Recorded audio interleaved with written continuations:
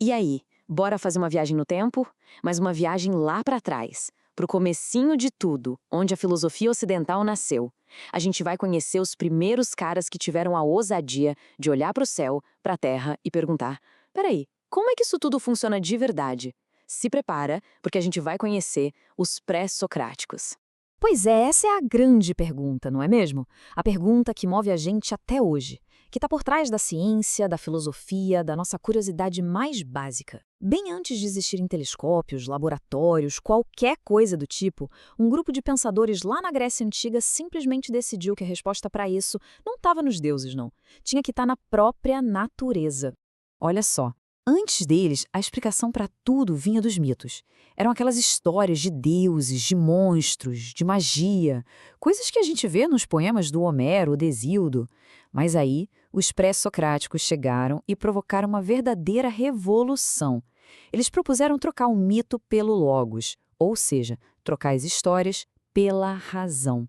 A ideia era simples e genial: usar a lógica e a observação para descobrir os princípios que regem a realidade.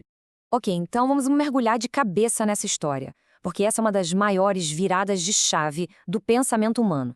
É a passagem de um mundo que era explicado por contos fantásticos para um mundo que começou a ser investigado pela nossa própria mente. Então, quem eram esses pioneiros? Eles viveram ali entre os séculos 7 e 5 a.C. E, claro, ganharam esse nome pré-socráticos porque vieram antes do famosíssimo Sócrates. O projeto deles era, para dizer o mínimo, ambicioso: entender a origem do cosmos e a natureza da realidade usando a razão e não a fé. Por isso que eles são conhecidos até hoje como os primeiríssimos filósofos da natureza. E essa busca toda levou eles para uma questão central, quase uma obsessão que conectou a maioria deles. A busca pelo princípio fundamental de tudo, sabe? A matéria-prima original do universo. E para esse princípio, eles deram um nome: Arché. Pensa na Arché como se fosse o código-fonte do universo, ou o tijolinho básico a partir do qual tudo, absolutamente tudo, é construído. Mas que substância seria essa? A tentativa de responder essa pergunta deu origem às primeiras escolas de filosofia.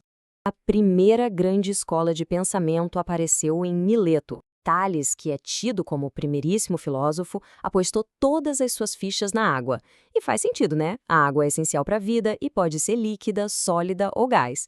Já o seu aluno, Anaximandro, foi mais além. Ele falou do áperon, uma coisa infinita, ilimitada, uma substância que não era nenhum elemento que a gente conhecia. E depois veio Anaxímenes, que sugeriu o ar. Para ele, tudo era formado quando o ar ficava mais denso ou mais rarefeito. Só que essa busca pela ré acabou levantando uma outra questão, uma ainda mais cabeluda, e que gerou um dos debates mais incríveis na filosofia antiga. Afinal de contas, o mundo que a gente vê está sempre mudando? Ou a realidade de verdade é estática permanente? De um lado desse debate, a gente tem Heráclito. Para ele, a única coisa que não muda no universo é a própria mudança. A frase dele é icônica: tudo flui. A realidade seria um processo de transformação sem fim que ele simbolizava com o fogo, que está sempre se movendo, consumindo uma coisa e transformando em outra. E o exemplo mais famoso disso é o do rio. Ninguém consegue entrar no mesmo rio duas vezes. Por quê?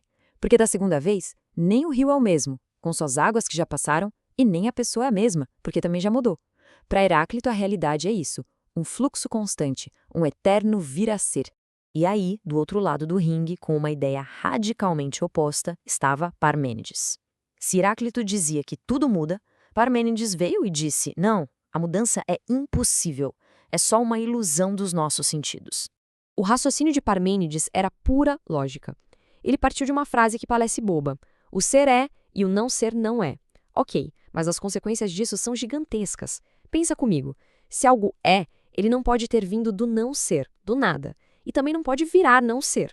Logo, a realidade de verdade, o ser, tem que ser eterna, única e, o ponto principal, imutável.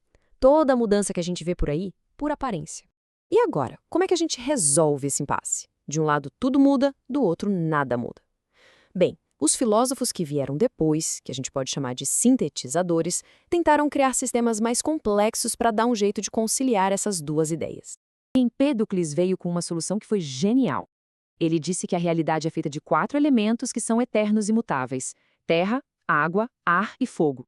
Nesse ponto ele está com Parmênides. Só que esses elementos estão sempre se misturando e se separando, movidos por duas forças cósmicas, o amor, que une tudo, e a discórdia, que separa. E aí, nessa dança, a gente tem a mudança que o Heráclito falava. Anaxágoras foi ainda mais longe. Ele imaginou um universo feito de infinitas sementes, onde cada coisinha que existe já contém um pouquinho de todas as outras. Mas como organizar essa bagunça toda? Aí ele trouxe uma ideia revolucionária, o Nous. Uma espécie de mente cósmica, uma inteligência que age para colocar ordem e estrutura no universo. Então chegamos na teoria que, olha, é talvez a mais impressionantemente moderna de todas. Leucipo e seu discípulo Demócrito disseram que o universo é feito de só duas coisas: átomos e o vazio. Os átomos seriam partículas minúsculas, indivisíveis e eternas. E eles se movem nesse vazio, se chocando, se encaixando de jeitos diferentes para formar tudo que a gente vê. Isso é simplesmente sensacional.